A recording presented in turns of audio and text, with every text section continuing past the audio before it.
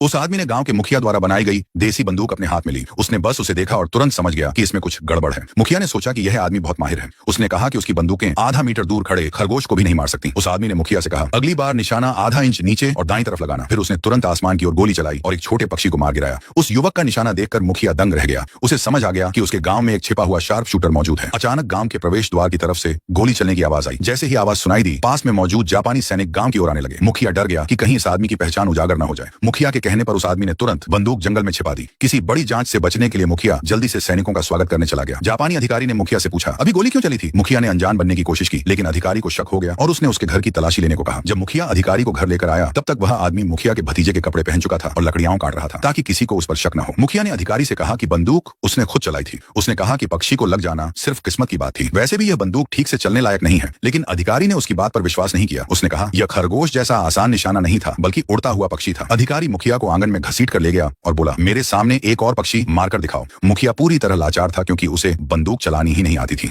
उसने आसमान की ओर देखा और प्रार्थना करने लगा कि कोई पक्षी उड़कर न आए। तभी अधिकारी ने उस आदमी के सिर पर लकड़ी की एक छोटी कील रख दी। उसने कहा, अगर तुम इसे एक ही गोली में गिरा दोगे तो मैं तुम्हारी बात मान लूंगा। मुखिया डर गया। उसे लगा कि वह उस आदमी को मार देगा। अधिकारी के दबाव में उसने कांपते हाथों से बंदूक उठा ली। उसके हाथ डर से कांप रहे थे, क्योंकि अगर निशाना चूक गया तो उस आदमी की जान चली जाती। तभी उसे याद आया कि उस आदमी ने कहा था, आधा इंच नीचे और दाईं तरफ निशाना लगाना। उसने तुरंत बंदूक का मुंह थोड़ा नीचे कर लिया। उस आदमी की आंखों में साफ डर दिखाई दे रहा था। उसे लग रहा था कि अब वह मारा जाएगा, लेकिन मुखिया के पास कोई दूसरा रास्ता नहीं था। उसने ट्रिगर दबा दिया। गोली चलते ही वह आदमी तुरंत जमीन पर गिर पड़ा। मुखिया डर के मारे उसकी तरफ भागा। उसे लगा कि उसने उसे मार दिया है, लेकिन कुछ ही पलों बाद वह आदमी होश में आ गया। मुखिया की गोली बिल्कुल सही जगह लगी थी और लकड़ी की कील टूटकर गिर गई थी। किस्मत से वह आदमी बच गया। लेकिन अब जापानी अधिकारी ने मुखिया को गिरफ्तार कर लिया। उसने कहा कि यह बंदूक बहुत ताकतवर है और जापानियों के लिए खतरा बन सकती है। मुखिया ऐसी स्थिति में फंस चुका था जहां गोली चलाना भी गलत था और न चलाना भी। वह खुद एक गोली दूर मौत के बेहद करीब पहुंच चुका था।